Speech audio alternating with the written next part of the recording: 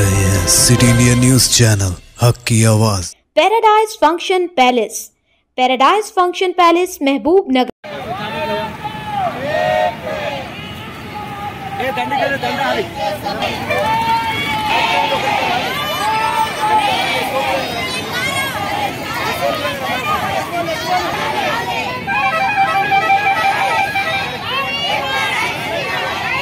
यावे चल रहा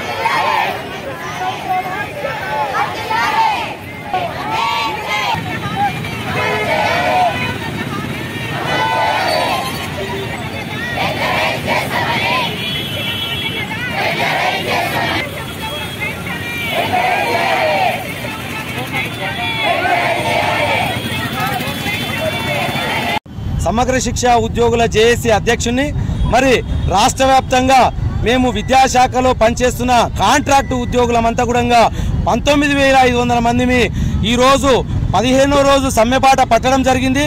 మరి గత సంవత్సరం కూడా సమ్మె చేస్తున్న సందర్భంలో నాటి పిసిసి అధ్యక్షుడు హోదాలో ఉన్న రేవంత్ రెడ్డి సార్ గారు వరంగల్ జిల్లాలోని హన్మకొండలో మా సభకు విచ్చేసి సంఘీభావం తెలుపుతూ మీ సమ్మెకు సంఘీభావం తెలుపుతున్నాము, మీరు మా ప్రభుత్వం వచ్చిన 100 రోజుల్లోనే మీకు అందరు కూడా రెగ్యులరైజ్ చేస్తామని స్పష్టమైన హామీ ఇవ్వడం జరిగింది।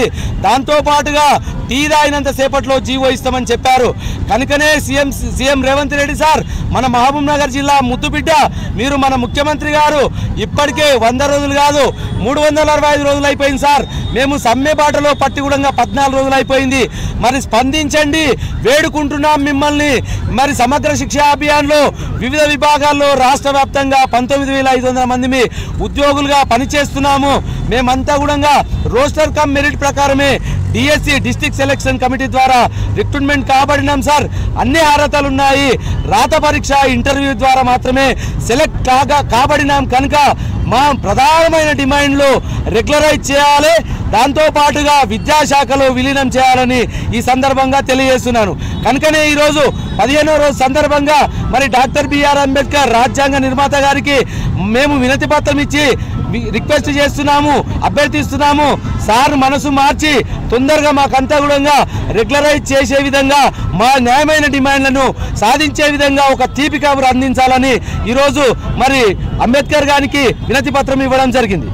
15 రోజుల నుంచి సమ్మెలో ఉన్నాము। సమగ్ర శిక్షలో వివిధ విభాగాల వారందరము రాష్ట్రంలో 19,600 మంది ఉన్నాము। దయచేసి వెంటనే మా డిమాండ్లను నెరవేర్చండి। మేము శాంతియుతంగా ప్రభుత్వానికి సానుకూలంగా మాత్రమే సమ్మె చేస్తున్నాము, మా డిమాండ్లను నెరవేర్చండి రేవంత్ రెడ్డి గారు, సీఎం గారు మిమ్మల్ని వేడుకుంటున్నాము। కేజీబీవీలలో పిల్లలకి బోధన ఆగిపోయి 15 రోజులు అవుతున్నదండి। పేరెంట్స్ చాలా ఆవేదనతో ఉన్నారు, పిల్లలు ఆవేదనతో ఉన్నారు, మా ఆవేదనని అర్థం చేసుకోండి సార్। మాకు మీరు ఇచ్చినటువంటి డిమాండ్ హన్మకొండ వేదికగా ఏదైతే మీరు మాకు ఇచ్చినటువంటి ఆ యొక్క హామీని మేము అమలు చేయాలని చెప్పి మిమ్మల్ని రిక్వెస్ట్ చేస్తున్నాము।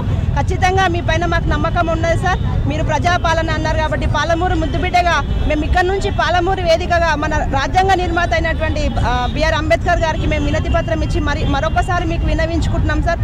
దయచేసి మా సమస్యలను అతి త్వరలో పరిష్కరిస్తారనే నమ్మకం మాకున్నది।